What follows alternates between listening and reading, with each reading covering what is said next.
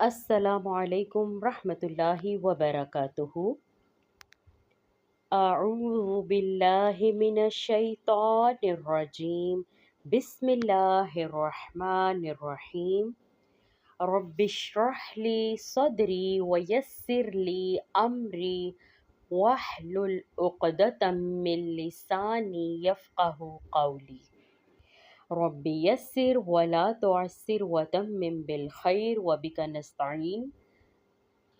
ہم اپنے سبق کا آغاز سورہ بقرہ کی ایک آیت سے کرتے ہیں جس میں اللہ رب العزت ارشاد فرماتے ہیں، جن لوگوں کو ہم نے کتاب دی وہ اس کی تلاوت اس طرح کرتے ہیں جس طرح اس کی تلاوت کرنے کا حق ہے۔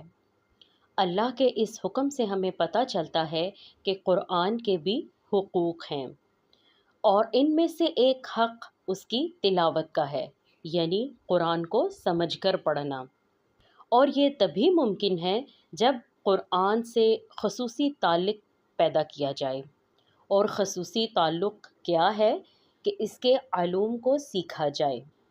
اور جب بھی قرآن پڑھیں اور سیکھیں تو اللہ کا شکر ادا کریں کہ اس نے موقع دیا اور قرآن کے علوم کو ہمیشہ بخوشی سیکھیں، سیکھنے میں محنت اور اپنی صلاحیتیں لگائیں۔ اب ہم اپنے سبق کی جانب آتے ہیں۔ میم ساکن کے قواعد میں ہم نے سب سے پہلے اخفائے شفوی کو پڑھا۔ اخفائے شفوی کیا ہے کہ میم ساکن کے بعد اگر حرف با ہو تو ہم اخفا کریں گے۔ پھر ادغام شفوی میں ہم نے پڑھا کہ میم ساکن کے بعد میم آئے تو ادغام ہوگا اور غنہ کے ساتھ ادائیگی کی جائے گی۔ اور اب اظہار شفوی میں ہم دیکھتے ہیں کہ اظہار شفوی کیا ہے۔ اظہار کے معنی ہے ظاہر کرنا، اور شفوی شفتان سے ہے۔ اس کا قاعدہ اس طرح ہے کہ میم ساکن کے بعد میم اور با کے علاوہ باقی کے 27 حروف میں سے کوئی حرف آ جائے تو وہاں اظہار ہوگا، غنہ نہیں کریں گے، اور اس اظہار کو اظہار شفوی کہتے ہیں۔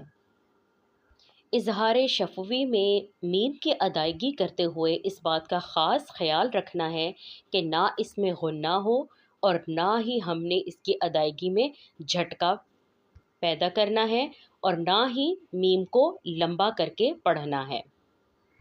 اظہار شفوی کو دیکھنے کے لیے ہم سورہ اخلاص کی ایک آیت نمبر 3 کو دیکھتے ہیں۔ یہاں پہ اللہ رب العزت ارشاد فرماتے ہیں، لم یلد ولم یولد۔ یہاں پہ آپ دیکھیں، اگر اس کو لم یلد ولم یولد کر کے پڑھیں گے تو یہ غلط ہوگا، کیونکہ یہاں پہ میم ساکن کے بعد یا ہے، اور یا باقی کے 27 حروف میں سے ایک حرف ہے۔ نہ ہم اس پر جھٹکا کریں گے اور نہ ہی ہم اس کو کھینچ کر پڑھیں گے۔ مزید سمجھنے کے لیے ہم اظہار شفوی کی مشق کرتے ہیں۔ قواعد اور صفات کا خاص خیال رکھیں گے۔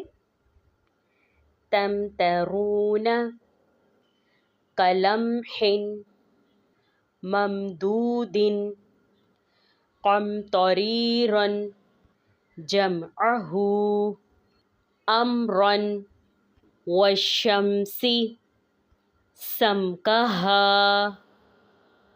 ولا تمش لہم جنات ترہقہم ذلۃ اخاہم صالحا فعلیہم غضب وہم ظالمون انہم یقولون۔